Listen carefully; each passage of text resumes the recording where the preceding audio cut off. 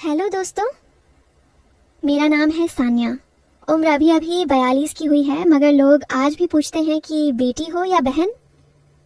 हंसते हैं, मैं भी हंस देती हूँ, पर अंदर से थोड़ा गुदगुदाता है।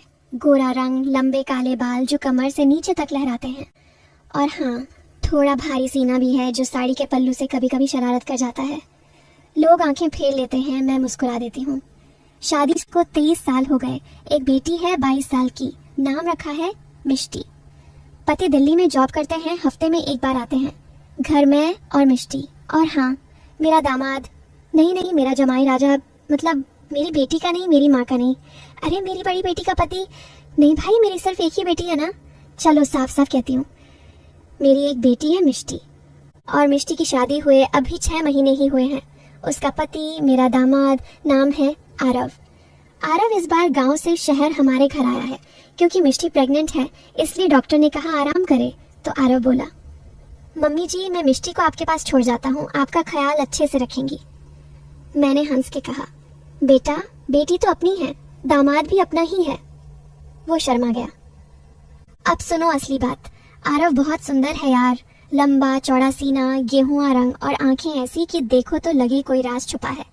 जब भी आता है मेरी साड़ी का पल्लू संभालते हुए कहता है, मम्मी जी आप तो आज भी कॉलेज गर्ल लगती हैं। मैं हंस देती हूँ, पर दिल धक से हो जाता है। मिष्टी हंसती है, मम्मी आप भी ना, पापा होते तो जल जाते। मैं चुप हो जाती हूँ। पापा तो गए ही 4 साल हो गए। अब कहानी शुरू करते हैं। वो दिन था मंगलवार का।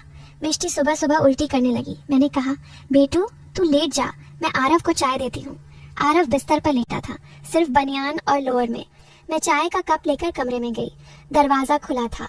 मैंने आवाज दी, आरव बेटा चाय। वो पलटा। बनियान ऊपर तक चढ़ी हुई थी, पेट पर हल्के हल्के बाल। मैंने नजरें नीचे की। उसने जल्दी से बनियान ठीक की और उठकर बैठ गया। मैंने ट्रे रखी, कप उसके हाथ में दिया। उंगलियां छू गई मेरी, दोनों एकदम चुप। मैं बोली, गर्म है, संभाल के। वो बोला, मम्मी जी आप भी ना, इतना ख्याल। मैं मुस्कुराई और बाहर निकल आई, पर दिल जोर जोर धड़क रहा था। फिर शाम को मिष्टी सो गई थी। मैं किचन में बर्तन धो रही थी। आरव आया, बोला, मम्मी जी मैं मदद करूं? मैंने कहा, नहीं बेटा तू बैठ। वो पीछे से आया, मेरे कंधे पर हाथ रखा, बोला, आप थक गई होंगी, मैं मालिश कर दूं? मेरे रोंगटे खड़े हो गए। मैंने हंस के कहा, अरे पागल, दामाद मालिश करेगा सास की। वो बोला, क्यों नहीं, आप तो मेरी दूसरी माँ ही हो। मैं चुप हो गई। उसने हल्के से कंधे दबाने शुरू किए। उसकी उंगलियां गर्म थीं। मैं आंखें बंद करके खड़ी रही। 2 मिनट बाद मैंने खुद को संभाला, बोली, बस बेटा अब ठीक है। वो हंसा, मम्मी जी आप बहुत टेंस रहती हैं। मैंने कुछ नहीं कहा, बस बाहर निकल गई। रात को सोते वक्त लगा जैसे उसकी उंगलियां अभी भी कंधे पर हैं। अगले दिन सुबह मिष्टी का चेकअप था। डॉक्टर ने कहा, बेड रेस्ट। आरव बोला, मम्मी जी मैं आज रात यहीं रुक जाता हूँ, मिष्टी अकेली रहेगी तो डर लगेगा। मैंने कहा, ठीक है बेटा। रात को मिष्टी दवाई खा के सो गई। मैं अपने कमरे में थी। दरवाजा खटखटाया। आरव था। बोला, मम्मी जी नींद नहीं आ रही, आपसे बात करूं? मैंने कहा, आजा। वो बिस्तर के किनारे बैठ गया। मैं साड़ी में लेटी थी, पल्लू थोड़ा सरका हुआ था। वो देखता रहा। मैंने पल्लू ठीक किया। वो बोला, मम्मी जी आप सच में बहुत खूबसूरत हैं, मिष्टी आप पर नहीं गई। मैं हंस दी, चुप बेशरम। वो करीब आया, बोला, सच कह रहा हूँ। उसकी सांसें मेरे चेहरे पर लग रही थी। मैंने कहा, आरव सो जा अब। वो उठा नहीं। बोला, मम्मी जी एक बात पूछूं? मैंने कहा, बोल। वो बोला, क्या आपको कभी लगा कि जीवन में कुछ अधूरा रह गया? मैं चुप हो गई। बोली, हर औरत को लगता है बेटा। वो मेरे हाथ पर अपना हाथ रख दिया। मैंने हाथ नहीं हटाया। फिर कई दिन ऐसे ही बीते। कभी मेरे बालों में उंगलियां फेरता, कभी मेरी कमर पकड़ के कहता, मम्मी जी आपकी कमर अभी भी जवान है।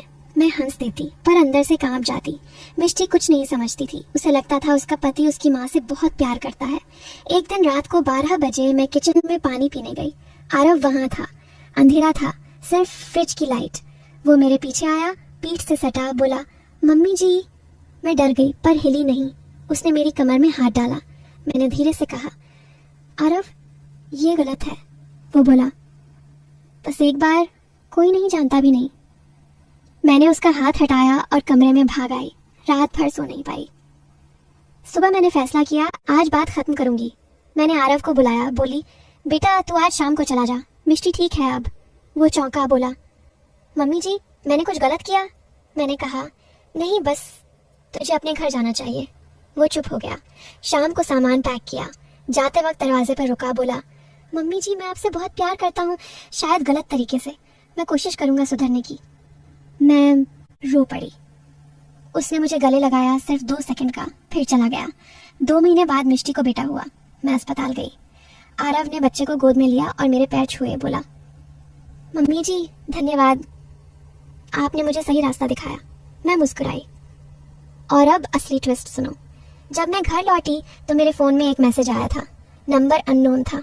मैसेज था सानिया जी आपने जो किया बहुत अच्छा किया, वरना आज आरव जेल में होता। वो आपकी बेटी को धोखा दे रहा था किसी और औरत से।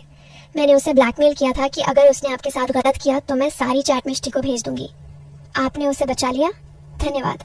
आप सच्ची माँ हैं, एक शुभचिंतक। मैं फ़ोन हाथ में लेकर बैठ गई। जिस रात मैंने आरव को रोका था उसी रात कोई मेरी रक्षा कर रहा था। मैंने कभी नहीं पता कि वो कौन था। शायद कोई पड़ोसी, शायद कोई रिश्तेदार, शायद ऊपर वाला खुद। तो दोस्तों ये थी मेरी कहानी। ना कुछ गलत हुआ, ना होने दिया। प्यार बहुत किस्म का होता है, पर माँ का प्यार सबसे ऊपर होता है।